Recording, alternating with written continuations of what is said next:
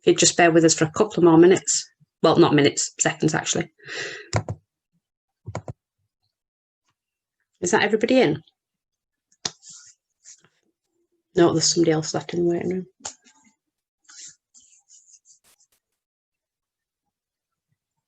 I believe that's everybody. And if people keep coming in, I'll just keep adding. So please. Okay, start. Ready, okay. Cool. 1 minute late for starting. It's always a good sign, isn't it? Hi, I'm Violet Cannon. I just really like to thank you for coming to today's launch. We're all super excited and really, really keen to get going and tell you about this exciting opportunity. And I just hope that you're here to get involved and learn more about it, and just bear with us. Well, bear with me. I'm really nervous. It's the first time I've done this by Zoom. Put me in a room full of people, I'm fine. Put me in front of a computer talking at a load of faces.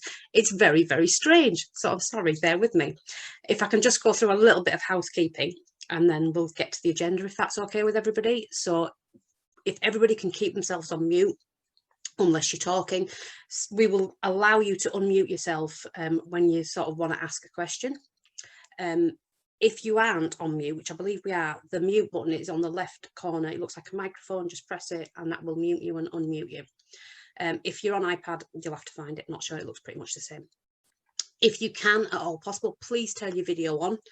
We'd like to see your face and who we're talking to and who's involved in the conversation.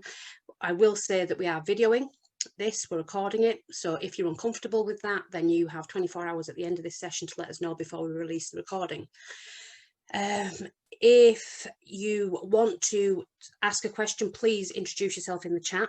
So it's just at the bottom, press more, it comes up and you can chat there.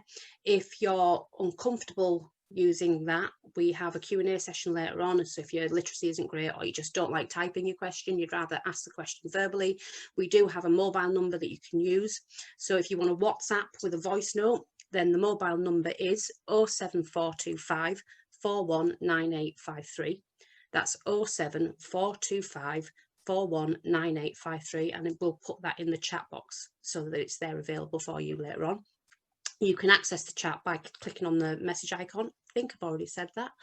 And then just type in.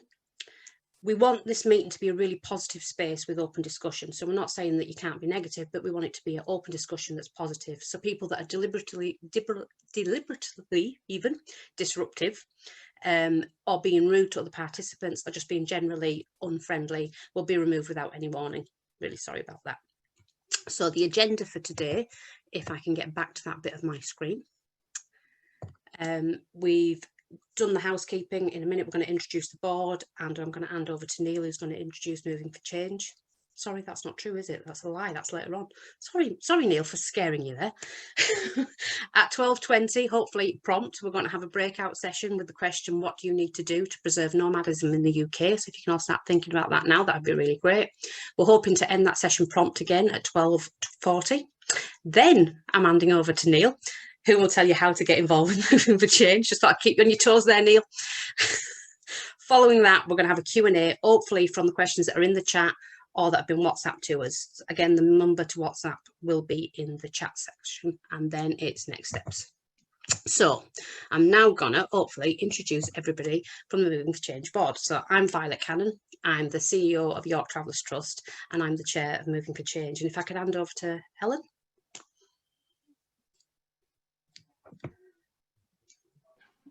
Hi, I'm Helen Jones. I'm currently the CEO at Leeds Gypsy and Traveller Exchange, and I'm the board secretary to Moving for Change. Debbie. Hi everyone, I'm Debbie Kennett. I'm the CEO at London Gypsies and Travellers. Lovely to see everyone. I'll hand over to Wyn. Second to get off mute there. Hi everybody, I'm Wyn Lawler. I'm the Strategic Policy and Partnerships Lead at Irish Community Care, and I'm a director at Moving for Change. Hello everyone. And then can we go to Joanna? Have I lost Joanna? There you go. Ah, there she is. Hi, I'm Joanna Lee Price, Director for Moving for Change. Siobhan, do you want to do you while you're on unmute? Yes, I can do, yeah. Siobhan, also a Director for Moving for Change and Coordinator at Derbyshire Gypsy Liaison Group. Thank you. And then we have Josie.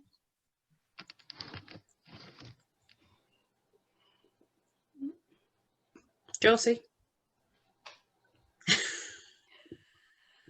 I'm talking away and nobody listened to me. Hi, I'm Josie O'Driscoll, CEO of Gate Hearts and a director of Moving for Change.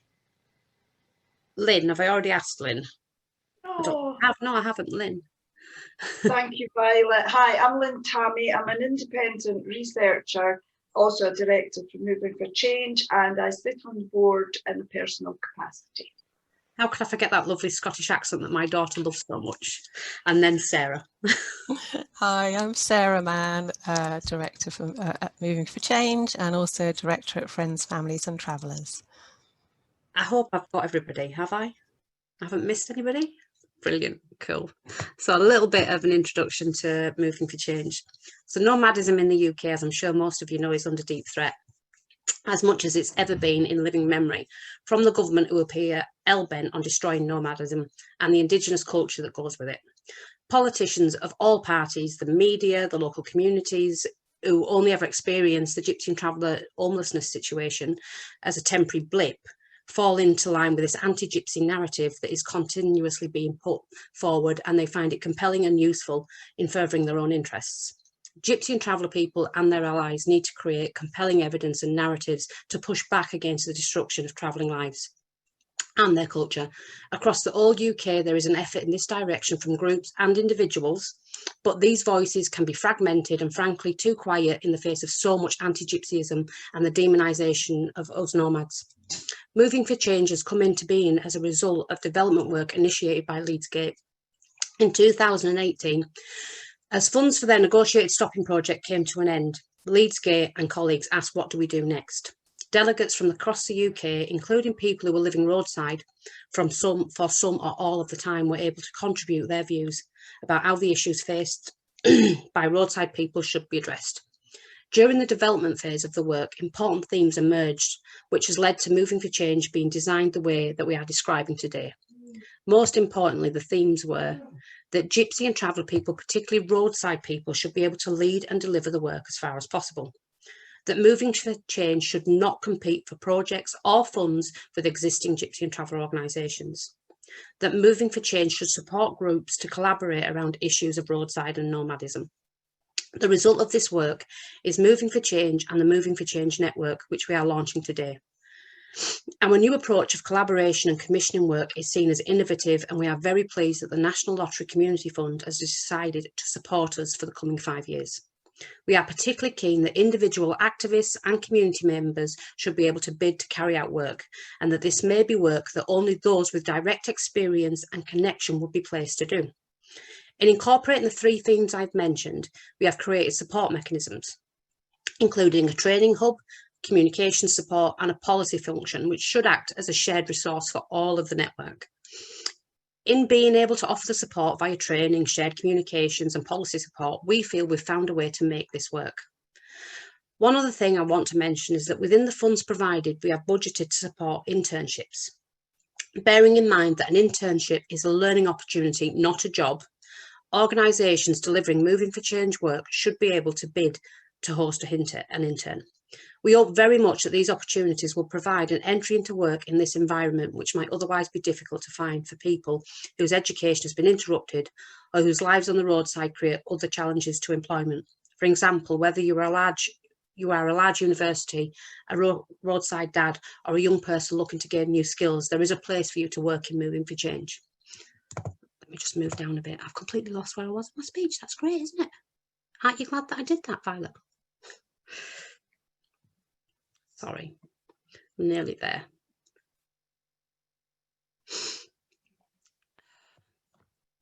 The only other thing, oh, sorry, I've done that. Sorry, I'll tell you what the problem is. I expected that would take 20 minutes and it's taken 10. Are we okay to move on to the next stage?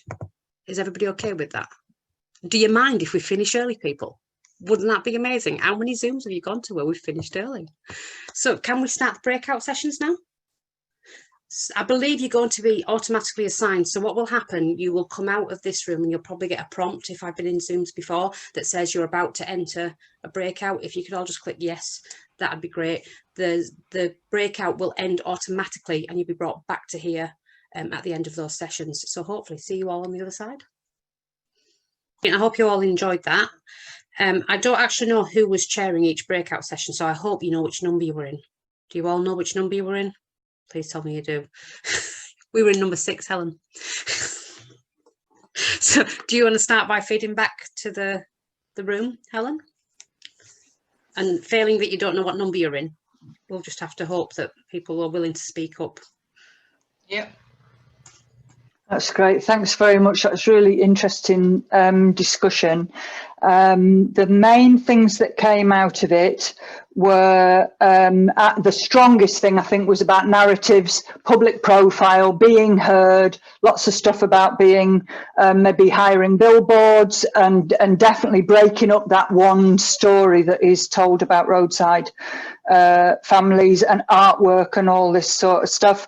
The next one, and then what we're looking for is the UK government to positively work with nomadism, is about all the various court cases that are coming up and supporting the court cases.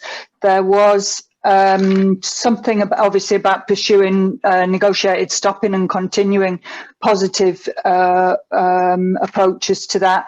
And then finally, alliances. It's about who are we making alliances with and making sure that Lev spoke, I thought, quite powerfully about feeling as a Jewish person that he would be quite supported if he challenged something, and not so sure that other people would if it was a Gypsy person that was experiencing something difficult. So making alliances, that's it.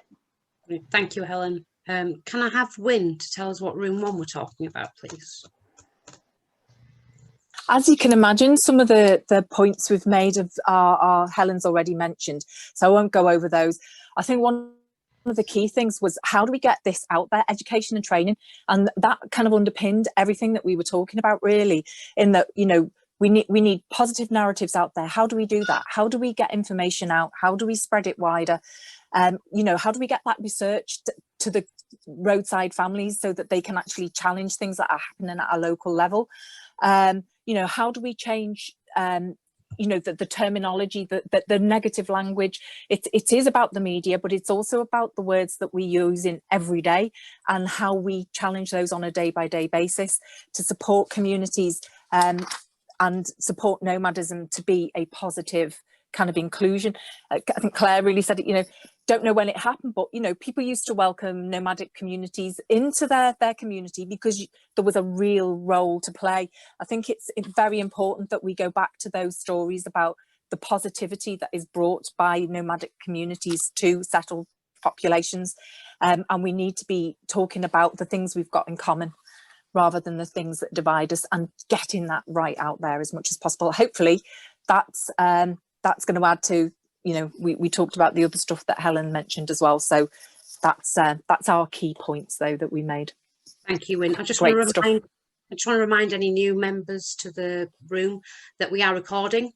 If ideally you could have your camera on, and if you have any issues with the recording, you have 24 hours to let us know before we let it go live from the end of this meeting. And anybody being rude, unhelpful or generally unpleasant will be removed from the meeting without any warning. So just to remind people, because we've got some new members from this morning. Can I now ask Sarah, who was in room 2? Sure thing. Yes, we had a very busy room with lots of health expertise and other things. A big piece again about educating and challenging about what nomadism is, and some humanity about accepting that you know that it's fine. Test cases, poster campaigns, so adding to some of the things you've already talked about. Looking also at the human rights, social justice framing of health impacts, the impacts on children, gathering evidence on those impacts of being forced to move, to use that in our leverage, more stopping places, but stopping places that meet the needs of travellers, not places that people are being shunted off to, or places that are so bad that they're just there for people to turn them down. Stopping the criminalisation of trespass, I mean, that's just such a big one. And respect, councils doing what Walsall did, talk to the travellers on the roadside camps, who then said what a fantastic experience they had in Leeds. Nice one, Helen. But showing respect to the process of actually listening to travellers and their experiences and what they want and need. And also, yeah, we talked about a little bit about the international evidence of nomadism around the world, where it does work, where it doesn't work. There's stuff to learn from everywhere. Brilliant. So Thank you. really good session. Thank you. We have 4 minutes, so can I ask the next 3 to a little bit? So can we go to room 3, and that's Debbie, please? Oh, hi. Yeah, similar themes. There's quite a lot on the negative portrayal and the importance of how the narratives are changed around roadside travellers and travelling and nomadism.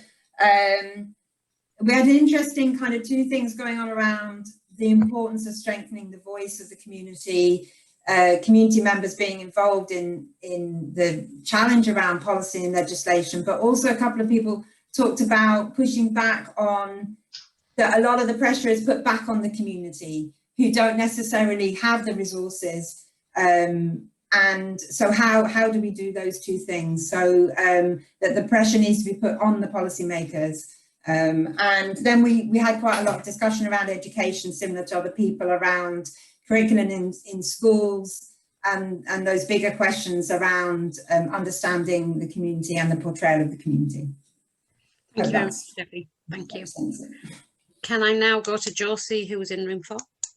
Yeah, I have invited David to feedback on this session because I think it's important to hear community members' voices. Go ahead, David. You're on mute, David. Thanks. I wasn't allowed to unmute myself until I was allowed. Yeah, so a lot of what we discussed has already been said. We focused on visibility, education, both of which has been talked about by a lot of other groups. One thing we mentioned that was slightly different was challenge marginalising policy. So we spoke about basic support and sanitation to ensure institutions are built with settled community, social media community standards needing revamped and challenged nationally. So that's when you report something on Facebook, for example, and the likelihood is it doesn't get taken down because it doesn't reach their community standards. We found that builds quite a lot of negative relations around camps and roadside families. Another element was make children's education more flexible and accessible as a pathway for travellers who are roadside. Discuss mental health of nomadism and the impact that both bad experiences of being evicted and lack of services, as well as good experiences of being able to be part of your own culture and travel can have on your mental health.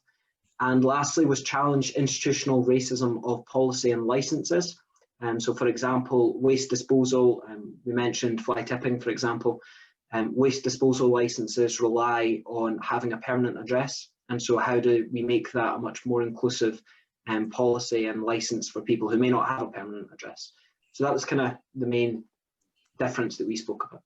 Thank you, David. Appreciate you telling us that. And if I can go to last but certainly not least, Siobhan, who was room 5. Okay, then You're a little bit quiet, Siobhan. All right. Okay, can you hear me now? A little bit similar to what I think it was Sarah that mentioned this about learning from other communities, having a wider network, looking at the global Indigenous rights of communities and making links with those communities so that we can all work together. Not just traditional travelling people like Sami people or the Tuaregs or what have you, but other Indigenous communities, because we're all stronger if we're all in a collective. So we did discuss, we discussed that. It was important to make those links. I think Michelle came up with a really interesting one, and that was the one over the criminal trespass, is harnessing all those people that actually wrote in against criminalising trespass. The police did. So don't let's waste that consultation, all those people that positively wrote up to that consultation and said, this is a bad idea to criminalising the travelling way of life. we've got a good chance to have a united voice and a united front and keep adding to that voice.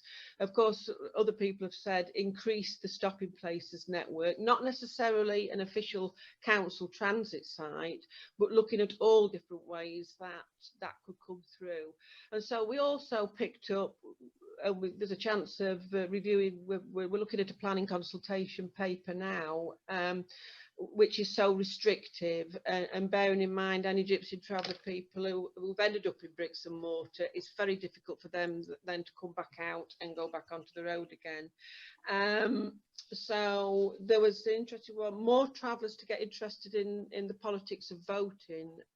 So you know, you can get a politician behind your views and continue to work against the racism that we see online, anti-Gypsyism and all that kind of thing that we see online. And there was a mention about, nobody's picked up about how difficult it is to, because of this, the way status is worked out. Run 2 minutes over, Siobhan. Can you kind of... Quick, I'll just tell you this quick. Moving up down, looking for work is getting a near impossibility in this country.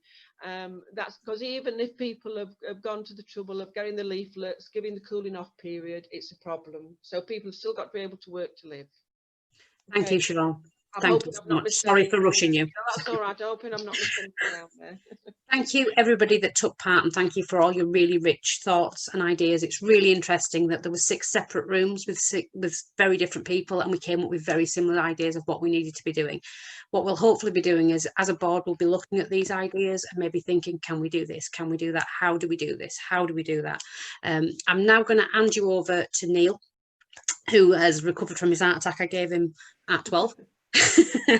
For him to tell you how you can get involved with the network. I may disappear because my baby's crying downstairs. I'm sorry. Okay, thank you, Violet. My name is Neil Coulson. I am an associate of NCVO, the National Council for Voluntary Organisations, and NCVO has been supporting Moving for Change over the last few months to get off the ground, basically, and get moving. So that's been our role, and we have been helping Moving for Change set up a network, and that's what I'm going to describe to you now over the next few minutes, because it's a real opportunity for organisations and individuals to get involved in the work of Moving for Change.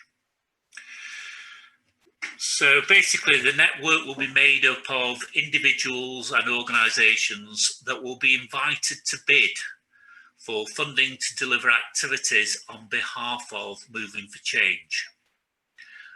It's important to say that only individuals and organisations who are members of the Moving for Change network will have the opportunity to bid for funding.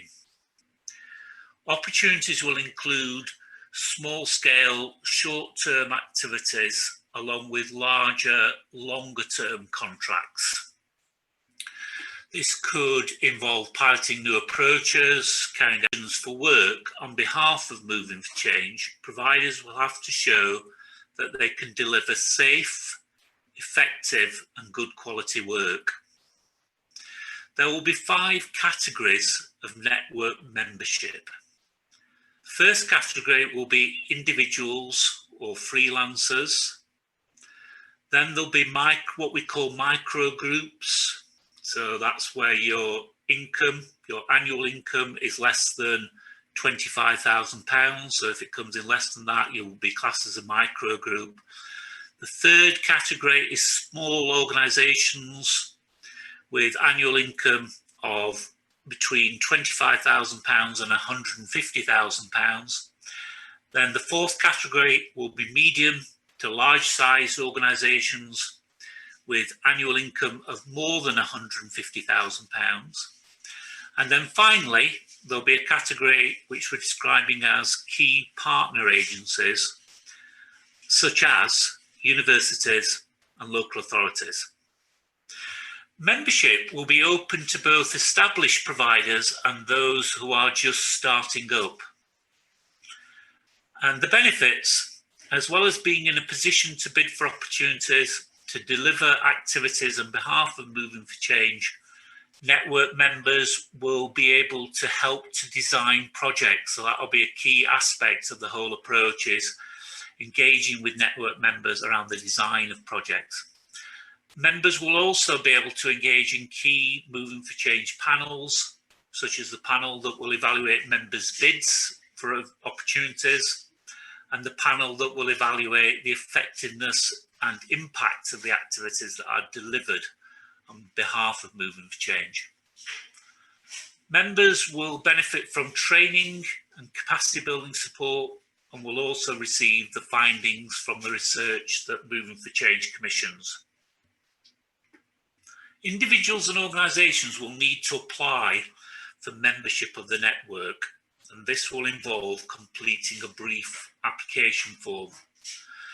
The form will ask you to show that you meet certain criteria, and indeed there are 4 such criteria that you'll need to show that you meet. 1, you need to be committed. You will need to be committed supporting Moving for Change core purpose. 2, you will need to preserve Moving for Change good name and reputation. And 3, you will need to show good practical understanding of the needs and strengths of the Gypsy and Traveller communities you either already work with or are going to work with. And it's important to say that the Moving for Change board has not defined what this criterion might look like in practice, as it wants to be open and responsive to network members' own ideas on this. And the 4th criterion is you will need to show that you have specialist interests or areas of activity in terms of work with Gypsy and Traveller communities which could prove useful to Moving for Change. And again, the board has not defined this so as to get the ideas of network members on this aspect. To become a network member, whatever category you fall into, you'll have to meet all of these 4 criteria. The application form will be web-based and available from tomorrow, 28th of October. A link will be circulated tomorrow so that you will have access to it. And if needed, you will also be able to get support with completing the form. And again, we'll circulate details on this support and how you can access it in the message tomorrow. Okay, that's me done. Thank you very much. I'm now going to hand back to Violet. Thank you, Neil, and very prompt and gave us an extra 2 minutes. Thank you. Just to clarify, the baby isn't downstairs alone. She's downstairs with her dad, but she was crying. Just don't want anybody ringing Childline or something on me. I haven't left a 9-month looking after herself. Shall we go straight into the Q&As? Have we got a good list of questions? Sammy, Lucy, looking for you both. Tyler, which I think is Tyler Atwell's been quite nice and active in the chat. So we've got 2 from Tyler. I'll give you the first one. So he asked, he said that we've talked about roadside. Are we including liveaboard boaters as nomadic? And specifically, he mentions that the Canal and River Trust is really coming down hard on liveaboard boaters at the moment. And it's a separate but equal concern. And I think Helen did answer within the chat saying yes, and that it hasn't come up yet, but in terms of promoting nomadism and making alliances, it is very important. So I don't know if you want to add to that. Helen, do you want to?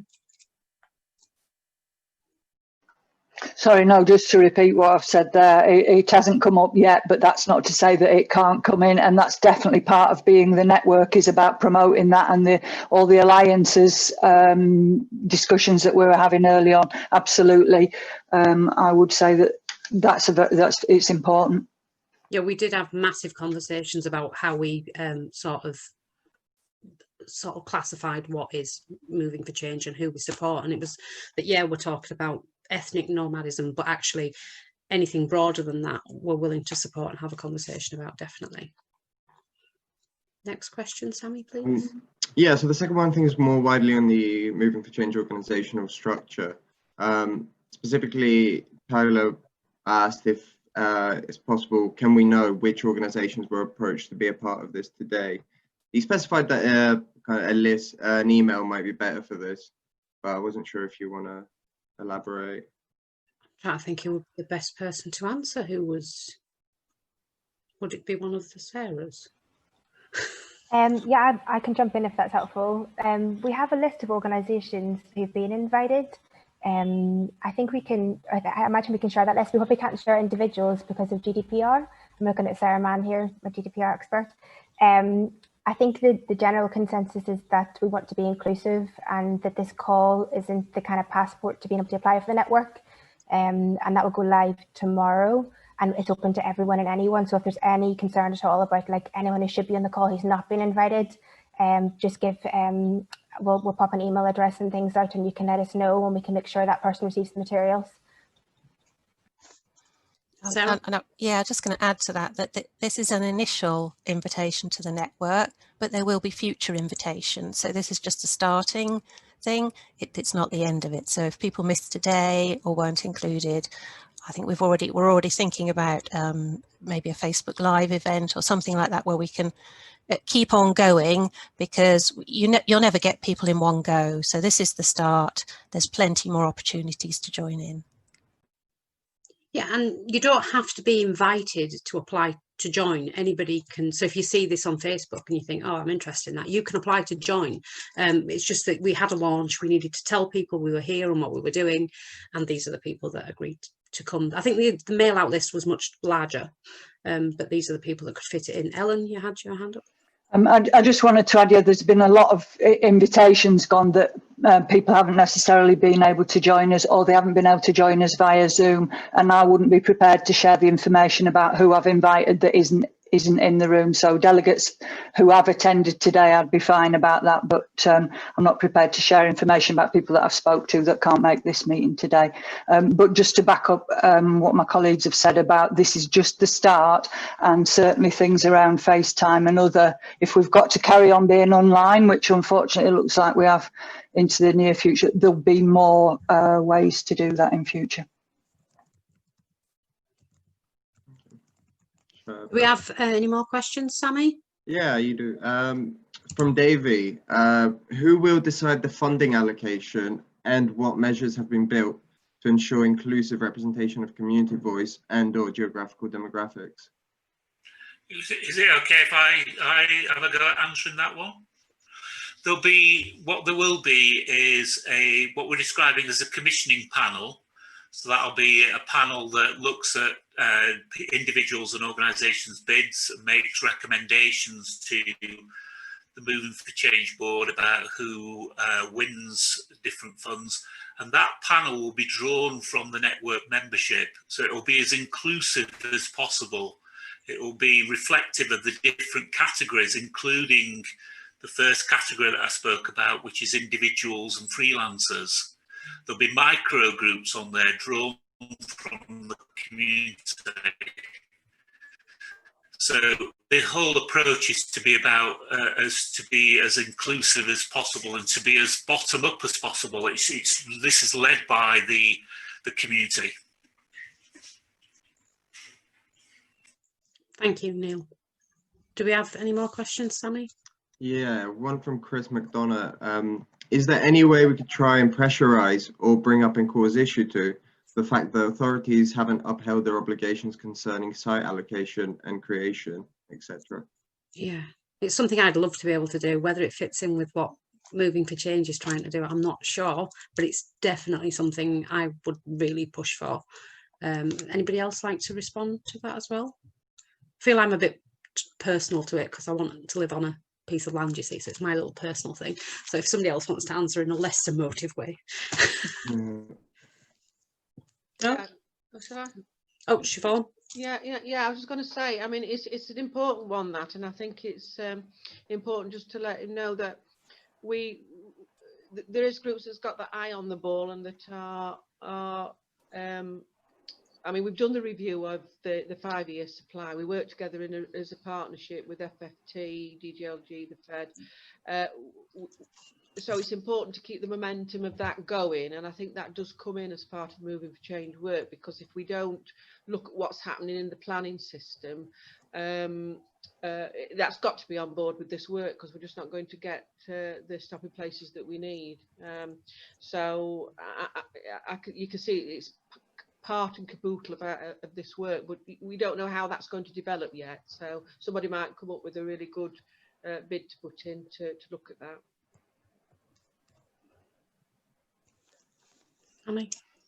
Thank you. And then a user called iPhone. Yeah, could iPhone just identify themselves so we know who we're responding to? And Samsung user as well, please. The question from the iPhone user, give them some time to identify themselves, is how much are you budgeting to give out in grants over the length of the current Moving for Change project? Will iPhone user identify themselves? No? I think, Violet, it could just be that it's quite hard to edit your name on it, and then yeah, I just thought they could maybe say in the chat box who they were. No? Actually, is it you, Mike? I think you're on mute. Yeah, it's Mike. Okay. Mike Doherty. Okay. Who's doing finances again? Helen, would you like to answer this? Are you okay to answer this? I'll make a start on it. The budget that we applied for over 3 years. It was awarded over 5 years. So right from the word go, things had to get moved around. And then there was the COVID outbreak, and we were actually lent on a little bit by the lottery to crack on with some things and COVID related, which is why on the website tomorrow you'll see information about some test and learn projects. So I can't give you the exact figure to year on year. I don't have that in front of me. But what we have got is an allocated amount each year for research and development projects. And then also, as somebody mentioned early on, the budget towards internships and placements, sort of things. So what we'll be doing next is collating all this information, and perhaps with a further FaceTime meeting and things like that. And we'll have to come up with a commissioning strategy. So we'll have to put all these things on a table, do a bit of prioritising and a bit of costing alongside of them. What we're looking at is, what are we trying to achieve? That's the question that will go out to the network as a commission. I hope Neil's going to be nodding at me just slightly. What are we trying to achieve? And then people will be able to bid in and say, well, I would like to do this to achieve that. And then, as people have described, it will go through that the commissioning panel. Can I just comment as well about the impact panel? There are two panels. There's the commissioning panel, which will be drawn from the membership, and then there's the impact panel, which will be drawn from the membership, and that is where the impact of the projects that we've done will be examined, and then that will help to feed in to what should we do next. Thank you, Ellen. Sammy? Oh, Sarah. Sorry, Sarah's got. Sorry. You're on mute, Sarah. Sorry, I didn't press the button quick enough. Although we've been awarded some initial funding by the lottery, we're also, as part of going through the project, we will look to bring in any other funding to support extra work as well. So it's not a fixed issue at the moment, but it will develop over the project. We've got 1 minute left. Am I keeping going with the questions and answers board, or shall we try? How many questions do we have left, Sammy? 2 or 3. Okay, I think we can do them. Yeah, I don't want to be. Might be worth. David just asked in the chat, could you give a broken down funding allocation, e.g. maximum pounds available to each tier? We haven't done that. The tiers were purely so we could recognise the level of support that we could give to each. So we wouldn't give the same level of support to a university as we would give to an individual person trying to get their foot on the ladder. That person would get more support than the university. That's the only reason the tiers were implemented, to give us an idea of how much we will invest in individuals. And it's definitely weighted so that those on the bottom, well, not the bottom, the tier that is community members, the tier that is small community groups, they will get more support if they want than the larger organisations. Helen, did I say something that was incorrect? No, I just wanted to add there about the wider offers, which maybe it'll become clearer as time goes on, but was actually there in Neil's presentation, which is about training support and communication support. So, for example, if we had somebody roadside who said, well, I can provide evidence of this thing that happens when I go to these counties and doesn't happen when I go to these other counties, for example, we might be saying, right, well, in which case you need need a level of IT capacity to be able to report to us, or you might need some, depends on the project, but talk about safeguarding, training, all these sorts of things. So this is why we've built this, to really load support into frontline and individual and smaller groups, so that they'll get this package of support. If you need help with comms, right, how are we going to communicate this? What do you need from us to help you manage the communication about it? So it isn't just a question of project, important as those projects are, but what we hope is that this is a thriving network that gets together and shares learning, shares policy ideas, shares legal information. It was very much about empowering those people that didn't always get a voice. I mean, it was one of the things I said from the outset, that I wanted voices heard that weren't the same shouty voices that were always heard. And to do that, we need to empower those that are down sort of on the street, doing the work they're doing without any support. And that's why it's tiered that way, so that we can go, do you know what, we justify it. You need more support than they do, and we're going to do that because it's in our constitution and in our policies. That's the only reason that's there. It's not to say you're an individual, so you can only have 500. You're a university, here's 5 grand. Not at all. It's completely the opposite to that. This is about empowering those that need to have their voice heard. Sammy? Thanks. Question from another device, Samsung tablet. They're getting very clever, aren't they? Is this initial meeting for the board or just the network? And will the board members be able to bid? What does that mean, the initial meeting for the board? I'm not sure. Have I missed something? I guess maybe this. No, this is for anybody that wanted to come, definitely. And anybody that's a member of the provider network can bid. So you just have to fill in the form that's going to go live tomorrow on the website, get it back to us. And anybody that's filled in one of those forms that thinks they can hit a brief, you can bid. You don't have to be a board member. You just have to be a member of the network to bid on that.